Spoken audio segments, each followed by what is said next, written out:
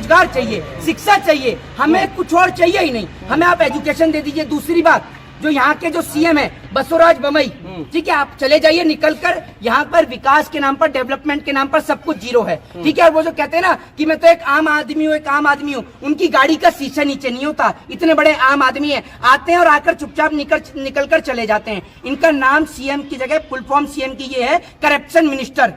ये भ्रष्टाचार मंत्री हैं, पूरी तरीके से करप्शन में लिप्त हैं। और ये तो बिजनेसमैन है, ये तो बिजनेसमैन है, ये कभी जनता के बीच में नहीं आते। कभी आप में से इतने सारे लोग हैं, कभी आप में से किसी से मिले सीएम साहब? मिले? आप मिलने जाते हैं? कभी उनके घर पे मुलाकात होती है? मिलते? यहाँ रहते हैं, बेंगलोर रहते हैं? सुन लीजिए, अब रहते बेंगलोर में हैं, ठीक है, चुनाव यहाँ से लड़ रहे हैं, तो वोट इनको कोई क्यों देगा? देंगे आप लोग वोट? ये एक ऐसी सीट है पूरे कर्नाटका की जो सबसे हॉटेस्ट सीट है। और मैं आपको बता दूं, बसवराज बोम्मई यहाँ से हारेंगे और इनको हराने का जिम्मा जो सबसे पहले किसी ने लिया है तो नौजवानों ने लिया है। लिया ही नहीं लिया है?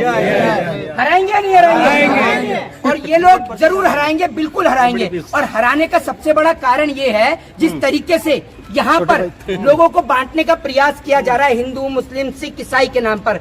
इस टाइम पर यहाँ पर हिंदू मुस्लिम सिख ईसाई सभी लोग मौजूद हैं, लेकिन बाबा साहब ने एक ही बात कही है कि ना तू हिंदू की बात कर, ना तू मुस्लिम की, ना तू सिख की, ना तू ईसाई की बात कर, तू सिर्फ इंसानियत की बात कर। एक ऐसे व्यक्ति जो मेरे साथ साथ समक्ष खड़े हुए हैं, उन्होंने सिर्फ इंसानियत की बात करने के लिए कही है। इसीलिए नौजवान यहाँ पर न हिजाब का मुद्दा चाहते हैं, न मंदिर और मस्जिद का मुद्दा चाहते हैं, न कुरान का और नमाज का मुद्दा चाहते हैं। यहाँ के नौजवान सिर्फ और सिर्फ जो यहाँ के करप्शन मिनिस्टर बसवराज बोम्मई हैं, जो कि बेंगलोर में रहते हैं और चुनाव यहाँ से सिगांव से लड़ते हैं, तो सिगांव की जनता ने ये ठाना है बसवराज बोम्मई को यहाँ से भगाना है। भगाना है नहीं भगाना है? और ये लोग आपको बता दो, कलम के सिपाही हैं। जो लोकतंत्र में सबसे बड़ा हक और अधिकार है वो है वोट का, उस वोट की चोट देंगे ये लोग। जो लोग यूनिफॉर्म सिविल कोड मांग रहे हैं, जो लोग हिजाब बैन करने मांग रहे हैं, वो भी तो इसी देश के हैं। हाँ, तो उनसे ये तो पूछ लीजिए कि अब तक जनसंख्या नियंत्रण बिल लागू हो गया? अगर जनसंख्या नियंत्रण बिल लागू हो जाता तो मनोज तिवारी तीसरी बार बाप नहीं बनते। अभी वो रवि किशन कह रहे हैं कि मेरे 4 बच्चे कांग्रेस की देन है। भाई, आपके 4 बच्चे कांग्रेस की देन कैसे हैं?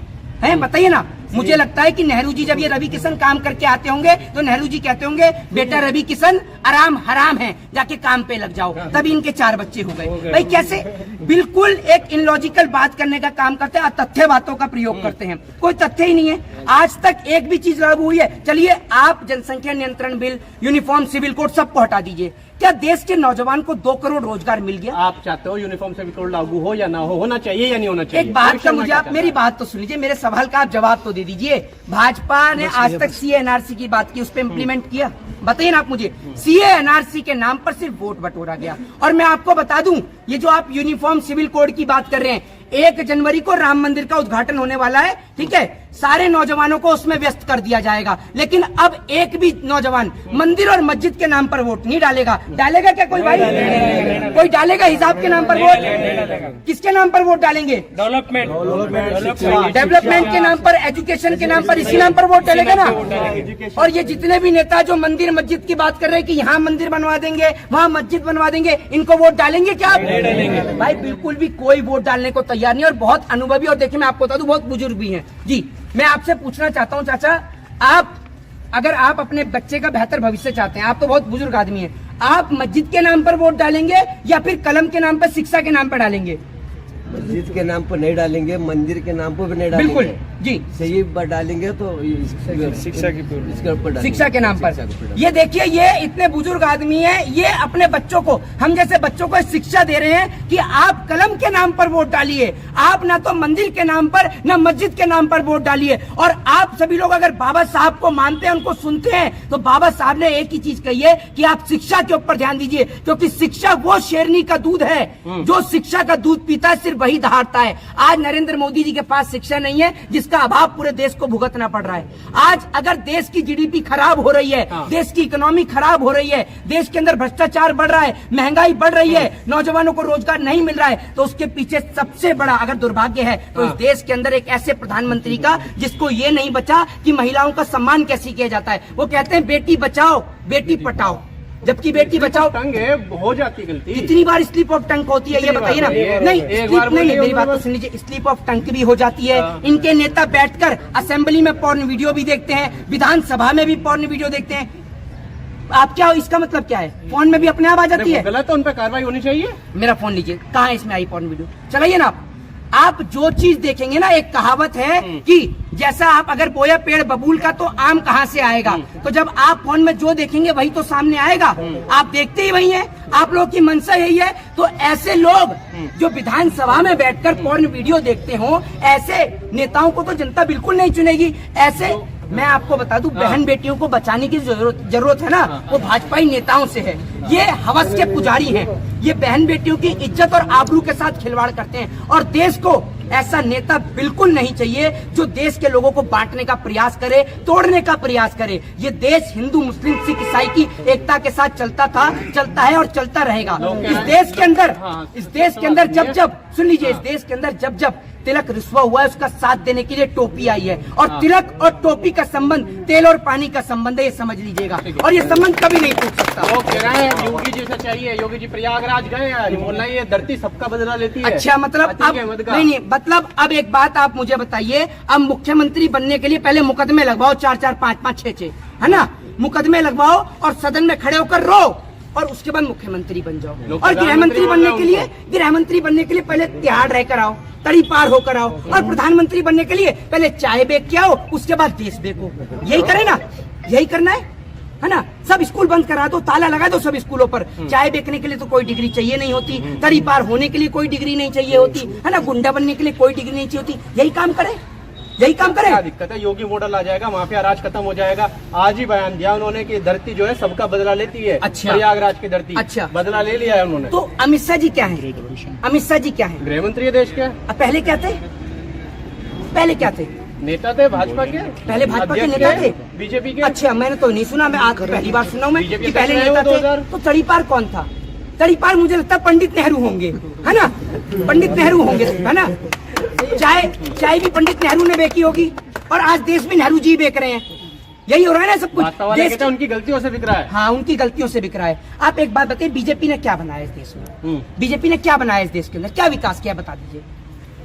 फॉरेन डेवलपमेंट का, फॉरेन की जो फ्रेंडशिप है वो मजबूत करी है। अच्छा, रिश्ते मजबूत हुए। फॉरेन की फ्रेंडशिप इतनी मजबूत कर दी, अरुणाचल प्रदेश में खाली कर दिया चाइना ने बॉर्डर, कर दिया खाली, कर दिया खाली। हाँ है ना, बताइए, हूँ मत करिए। कहाँ ये सरकार मना कर रही है? कुछ नहीं आया। सरकार मना कर रही है। तो ये जो तमाम दस्तावेज जो निकल के आ रहे हैं, जो तमाम एजेंसियां जो छाप रही है, गलत है, झूठ है, मना कर दिया, सब झूठ है। बताइए ना आप मुझे। तो मना ही कर रहे हैं, सब झूठ है। हाँ, थोड़ा सा कम। मोदी जी तो झूठी बोलते हैं, सच ही कब बोलते हैं? मोदी जी ने सच कब बोला? अगर मोदी जी सच बोलते तो यहाँ पर प्रत्येक जो जितना आदमी खड़ा है सब 15-15 लाख का मालिक होता। वो बोला ना, जुमला है। मोदी जी सच ही कब बोलते हैं? मोदी जी ये बताइए, सच कब बोला है मोदी जी ने? है, उनसे कोई सवाल कर ले तो मैं गरीब माँ का बेटा हूँ। आप एक बात बताइए मेरे को, लोग नहीं, एक बात आप मुझे बताइए, वो गरीब माँ के बेटे हैं। लाल बहादुर शास्त्री, हम लोग के जितने भी लोग खड़े हैं, हम सब अंबानी और टाटा बिरला के बच्चे हैं। सब गरीब माँ के ही बच्चे हैं, सब गरीब माँ के ही बच्चे हैं। लेकिन फर्क कितना है, हम लोग बोलते नहीं है। लाल बहादुर शास्त्री जो है वो टाटा बिरला या अंबानी थे, धीरू भाई अंबानी थे। लाल बहादुर शास्त्री ने कभी बोला कि मैं गरीब माँ का बेटा हूँ? बताइए ना आप मुझे। और भी तमाम नेता हैं जो गरीब माँ के बेटे हैं, लेकिन वो कभी नहीं बोलते आप इकलौते गरीब माँ के बेटे नहीं है। और आप ये देखिए, ये है कर्नाटक जिसने 10 लाख के सूट वाले को लुंगी पहनवा दी, समझ रहे हैं? और अब याद रखिएगा, यही कर्नाटक जो है भाजपा का नाटक भी समाप्त करेगा। ये लिख के ले जाइए आप। और आप कहते हैं ना कि कांग्रेस ने क्या बनाया और अन्य सरकारों ने क्या बनाई। जिस स्कूल से आपके पिताजी और आप पढ़ के निकले ना, वो कांग्रेस की देन है। जिस स्कूल के, जिस अस्पताल में आप पैदा हुए, जिस अस्पताल में आपका इलाज हुआ, आपके घर परिवार के लोगों का इलाज हुआ, वो अस्पताल कांग्रेस ने बनाया। जीरो हो गई है कांग्रेस। एम्स, ठीक है, जितनी तमाम चीजें आप देखते हैं, जरूरत थी उतनी नहीं बना पाई ना। जनसंख्या बढ़ रही थी, जो बना दिए 50 साल पहले वही बने हुए थे। उनकी हालत खराब थी। मोदी जी ने मतलब नहीं, मोदी जी ने जनसंख्या बढ़ी तो टॉयलेट बना दिए, शौचालय बना दिए, बहुत बढ़िया काम कर दिया। शौचालय से क्या निर्माण हुआ है? शौचालय में रोजगार मिलता है। आप शौचालय पे चौकीदारी करते हैं। तो जहाँ शौचालय नहीं थे, जिन घरों में नहीं थे, वहाँ जरूरत थी। ऐसे थोड़ी ना। मतलब एक व्यक्ति ने इसरो बनाया, मेडिकल के हॉस्पिटल्स बनाए, एम्स बनाया, वो सब जीरो है। जिसने टॉयलेट बनाए, शौचालय बनाए, वही सुपर हीरो है? वही सुपर हीरो है? बोलिए ना। हम ये नहीं कह रहे कौन जीरो था कौन हीरो था। मेरा सवाल ये है कि आप जिस हिसाब से जरूरत थी, जिस हिसाब से डेवलपमेंट की जरूरत थी, शायद वो नहीं। मैं आपसे कहता हूँ, मुझे 5 मेडिकल कॉलेज का नाम गिना दीजिए, या फिर आप 5 ऐसे एम्स बता दीजिए जो भाजपा की सरकार में बने हो। 5 स्कूल बता दीजिए जो जड़ से भाजपा की सरकार में बने हो। आप में से कोई भी, इतने सारे लोग खड़े हैं, 5 स्कूल का नाम बताइए। यहाँ से बसवराज बमैया जो सीएम है भैया, ये सोच लीजिए, वो सीएम जो कभी यहाँ पर सिर्फ चुनाव के वक्त में आते हैं, चुनाव के वक्त में आते हैं, अपनी गाड़ी में रहते हैं आलीशान में, लेकिन हालत इस वक्त पे इतनी टाइट है कि अपनी वाइफ से लेकर बेटे तक सबको चुनावी प्रचार में उतार दिया है। वो व्यक्ति जिसका गाड़ी का कांच का शीशा नीचे नहीं होता था, आज तो वो खुद जमीन पर है। ये कर्नाटक की जनता ने इनको दिखाया है, क्योंकि नौजवान आज एकजुट हो गया है। नौजवान आज मिलकर एक ही चीज कह रहा है कि हमें शिक्षा के नाम पर वोट देना है, मंदिर मस्जिद पे नहीं। अगर इतनी बुराइयां हैं तो जीत कैसे जाते हैं बम्बई साहब?